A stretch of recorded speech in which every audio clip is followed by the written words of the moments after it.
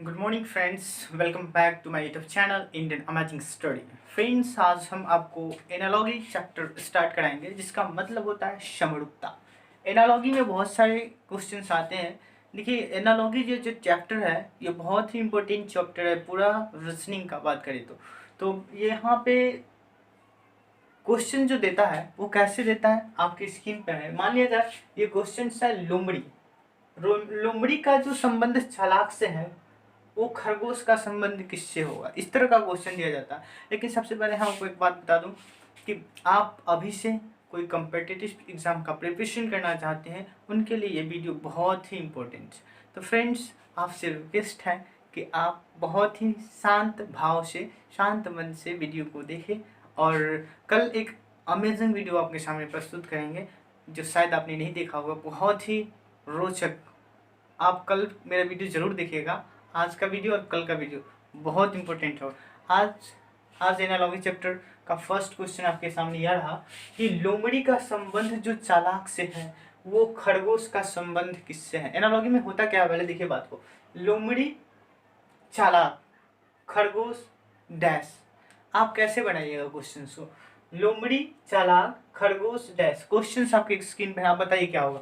तो देखिए ये क्वेश्चन कैसे बनता है। लोमड़ी का संबंध चालाक से है, यानी कि लोमड़ी चालाक होता है, खरगोश कैसा होता है, इसका मतलब ये होगा कि इस तरह का पैटर्न उस पर चलता है। तो लोमड़ी का संबंध चालाक से है, खरगोश का संबंध कैसा होता है? तो खरगोश साहसी होता है या खतरनाक या डरपोक होता है या क्रूर होता है, क्या होता है? तो सबको पता है कि खरगोश बहुत डरपोक होता है, खतरनाक नहीं होता, साहसी नहीं होता, क्रूर नहीं होता। खरगोश बहुत टिमिड होता है, डरपोक होता है, राइट।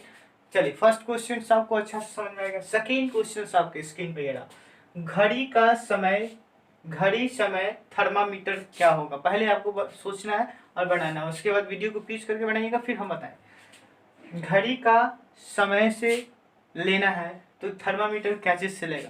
देखिए, घड़ी जो है समय को मापता है, थर्मामीटर किसको मापता है?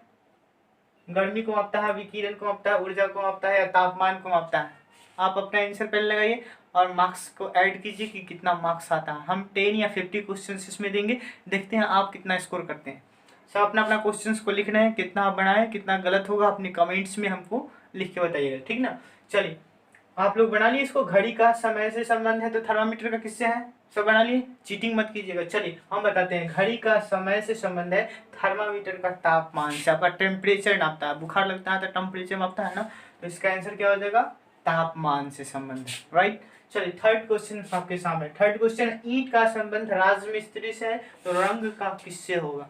सबसे पहले आप क्वेश्चन को आंसर बनाइए और आंसर अपने कॉपी में नोट कीजिए। आपका कितना सही होता है उसको कमेंट्स हमारे सामने, हम पे मतलब कमेंट करना है। सबसे पहले आप बनाइए, फिर उसके बाद कमेंट कीजिए, राइट, कि कितना आपका सही हुआ, कितना गलती हुआ, राइट। चलिए, क्वेश्चन है, ईंट का संबंध राजमिस्त्री से, रंग किससे बना है आप लोग? ईंट राजमिस्त्री जोड़ता है, राजमिस्त्री ईंट से घर को जोड़ता है। रंग कौन करता है भाई? शिक्षक करता है, कुम्हार करता है, कलक करता है या पेंटर? सबको पता है पेंटर करता है। कलक कितना आदमी मार दिए होंगे। चलिए, फोर्थ नंबर क्वेश्चन है, शिक्षक का संबंध रोगी, सॉरी, चिकित्सक का संबंध रोगी से है, वकील का संबंध किससे है? चिकित्सक का संबंध रोगी से है तो वकील का संबंध किससे है, बताइए। देखिए, चिकित्सक का रोगी से है। अब बना लिए अपना क्वेश्चंस को, सही कितना हुआ, कितना गलत हुआ, सब टिक लगाते जाइएगा, लास्ट में ऐड करके हमको आंसर बताइएगा। देखिए, चिकित्सक का संबंध रोगी से है, वकील का संबंध जो है किससे होगा, पहले बनाइए। चिकित्सक का संबंध रोगी से है तो वकील का संबंध किससे होगा? मुवक्किल होता है। ऐसा नहीं कि उपभोक्ता, खरीदार और ग्राहक, ऐसा मत मानिएगा। तो क्वेश्चन देख के, आंसर देख के आप खुद साइड कर सकते हैं। देखिए, चिकित्सक रोगी को देखता है, मुवक्किल मतलब होता है, देखिए वकील के पास हम लोग जाते हैं ना, जब हम लोग केस होता है तो हम लोग किसके पास जाते हैं? वकील के पास जाते हैं, तो वही हम लोग हो गए मुवक्किल, जिसके पास केस उस वगैरह होता है। अब देखिए, लास्ट 5 नंबर क्वेश्चन है यहाँ पे, नदी का संबंध बांध से है, यातायात का संबंध किससे है? नदी का संबंध बांध से है तो यातायात का संबंध किससे है? पहले आंसर को टिक लगाइए आप, हम बताते हैं। आप देखिए अब कैसे होगा। नदी का संबंध बांध से है, नदी का संबंध बांध से। फर्स्ट में आंसर लगा लिया आप, वीडियो को यूज करके बनाइएगा, नहीं बनता है तो। नदी का संबंध बांध से है तो यातायात का संबंध किससे होगा? नदी का संबंध बांध से हो गया, यानी कि नदी पर बांध बनते हैं। तो यातायात सिग्नल बत्ती देखे हैं ना, यातायात करने के लिए हम लोग सिग्नल बत्ती का इस्तेमाल करते हैं। जो हम लोग रेड या ग्रीन बटन देखते हैं, रेड किसके लिए है, ग्रीन किसके लिए है, ये सब बटन देखते होंगे। तो सिग्नल बत्ती जो होता है यातायात से रिलेटेड होते हैं, सबको पता है। चलिए 5 क्वेश्चन हो गया, अब 6। चलिए क्वेश्चन नंबर 6 आपके स्क्रीन पर ये रहा। मूर्तिकार का संबंध प्रतिमा से है तो कवि का संबंध किससे है? पहले सोचना है आपको, फिर बनाना है। अपने नोट कॉपी में उसको नोट कीजिए कि आपका करेक्ट कितना मार्क्स आता है। मूर्तिकार का संबंध प्रतिमा से है तो कवि का संबंध कविता से होगा, या संगीत से, या चित्रकारी से, या नृत्य से होगा। तो देखिए, मूर्तिकार प्रतिमा मतलब मूर्ति बनाता है। कवि क्या करता है? कवि क्या करता है? कविता लिखता है, लिखता है ना। बहुत अच्छा क्वेश्चन था। रिवाज का संबंध संस्कृति से है तो रस्म का क्या होगा? बनाइए सबसे पहले, चीटिंग मत कीजिएगा। ईमानदारी से कितना सही होगा हमारी कमेंट में कमेंट करना है आपको कि कितना सही हुआ कितना गलत हुआ। चलिए, रिवाज का संबंध संस्कृति से है तो रस्म का संबंध किससे है? देखिए, रिवाज, रिवाज मतलब क्या आता है? सब पता है ना, हमारा रीति रिवाज है, हमारी संस्कृति है, ये कल्चरल है। तो रिवाज मतलब संस्कृति, उससे रिलेटेड हो गया। रस्म मतलब क्या होता है? रस्म बोलते हैं ना, ये हमारे रस्म है, हमारी प्रथा है। रस्म मतलब पता है, ये प्रथा है, इसी चलता है। प्रथा जानते हैं ना, रस्म मतलब प्रथा, ऐसे ही चलता है। मतलब कह सकते हैं ना, जैसे कि सब भोज कैसे खिलाता है, वो भी खिलाता है। रस्म है कि हाँ सबको खिलाता है, इस तरह का बात होता है। तो रिवाज सब का संबंध संस्कृति से है, और इसी प्रकार रस्म का प्रथा से। जैसे ये रस्म है, ये प्रथा है, ऐसे ही चलता है। जैसे शादी में कैसे, विवाह में कैसे गीत होता है, वो रस्म है, रीति, इसी को रस्म या रिवाज कहते हैं, रस्म या प्रथा कहते हैं। तो इसका क्या हो जाएगा? रस्म का प्रथा। धर्म, पंथ और समारोह, ऑप्शन से भी काट के बना सकते हैं। धर्म नहीं होगा, समारोह नहीं होगा, पंथ नहीं होगा। चलिए क्वेश्चन नंबर 8 है, धमकी असुरक्षा ललकारना क्या हो? धमकी का संबंध असुरक्षा से है तो ललकारना का संबंध किससे है? बनाइए। देखिए, धमकी मतलब क्या होता है? कोई कोई धमकी देता है, मतलब हम आपको धमकी दिए, आप कह दिए धमकी दिया तो कुछ हो सकता है, आप असुरक्षित महसूस करते हैं कि हाँ मार भी सकता है। उसी प्रकार ललकारना का संबंध हो जाएगा, किससे होगा? लड़ाई। अगर लड़कार दिया है, समझ कि लड़ाई पक्का होगा, ललकार के आ रहा है, पक्का लड़ाई होगा, ठीक ना। तो किससे हो जाएगा? लड़ाई से। ऐसा ना कि संघर्ष मार दिया, संघर्ष नहीं होगा। संघर्ष मतलब क्या होता है? किसी के लिए क्या करना है, एक तरह से संघर्ष कर रहा है, प्रयत्न कर रहा है, वो तो होगा नहीं। बाकी बात ऑप्शन में श्रम नहीं होगा, ऑप्शन में भी देख के आप उसको साथ सकते हैं। तो यहाँ पे धमकी का संबंध असुरक्षा से था, लड़कारना का संबंध किससे हो गया?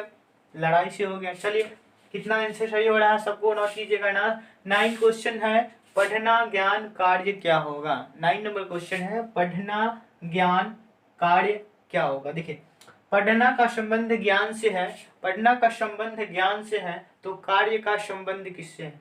देखिए, पढ़ना और कार्य, पढ़ना और ज्ञान, पढ़ना का संबंध ज्ञान से है तो कार्य का संबंध किससे है? जो लोग पढ़ता है उसको ज्ञान की प्राप्ति होता है, और जो लोग कार्य करेगा उसको क्या होगा? प्रयोग होगा, या नौकरी लगेगा, एक अनुभव होगा, या नियुक्ति होगा। बहुत सारे बच्चा जो है आंसर नौकरी वाला में मार देगा, लेकिन ये गलत।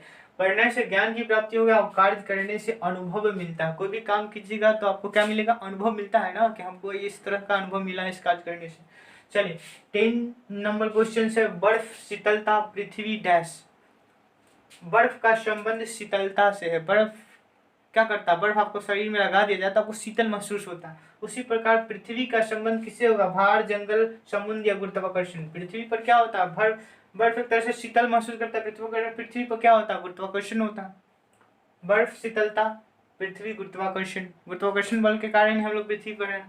तो बर्फ का संबंध शीतलता से, जिस प्रकार उसका पृथ्वी का संबंध गुरुत्वाकर्षण है। 3 क्वेश्चन हो गया, 5 क्वेश्चन और मिलेगा। कितना मार्क्स सही होता है आपको बताना है। चलिए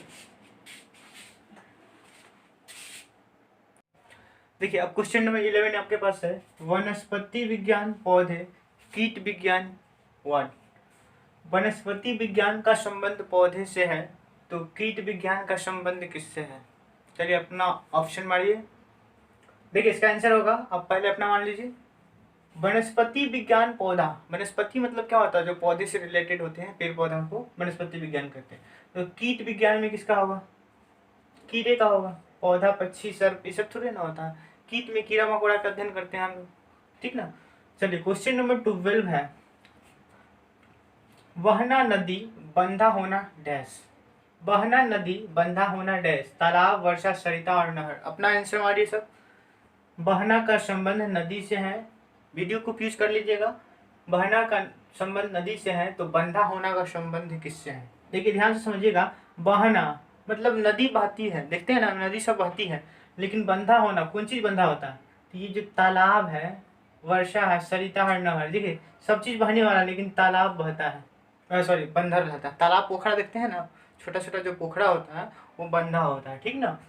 क्वेश्चन नंबर 13 है, धुआं का संबंध प्रदूषण से है, तो युद्ध का संबंध किससे होगा? देखिए धुआं का संबंध प्रदूषण से है। देखिए धुआं जब होता है तो प्रदूषण होता है, आप पहले बना लीजिए।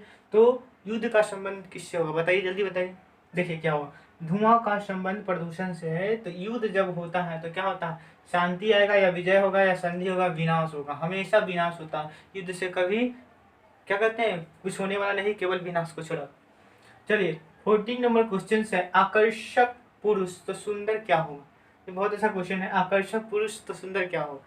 तो देखिए आप पहले बना लीजिए, उसके बाद देखिए बताने हैं। आकर्षक पुरुष होते हैं तो सुंदर कौन सी होती है? सुंदर स्त्री होती है, ठीक ना। बहुत अच्छा क्वेश्चन था, आकर्षक पुरुष सुंदर स्त्री, ठीक ना।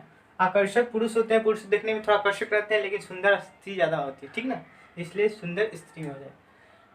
लास्ट आज का क्वेश्चन, अश्व, अश्वशाला, आदमी, व्हाट। ये लास्ट क्वेश्चन है आपके लिए। अश्व मतलब होता है घोड़ा, ठीक ना, पहले बना लीजिए। अश्व कहाँ रहता है? अश्वशाला में रहता है। आदमी कहाँ रहेगा? तो ये घर में रहेगा, ठीक। तो आज का ये 15 क्वेश्चन जो हमारे एनालॉजी से था, इसका मतलब होता है समरूपता। एनालॉजी मतलब क्या होता है? समरूपता। तो हम इस चैप्टर को कल और इंक्रीज करेंगे। और आज के लिए इतना ही।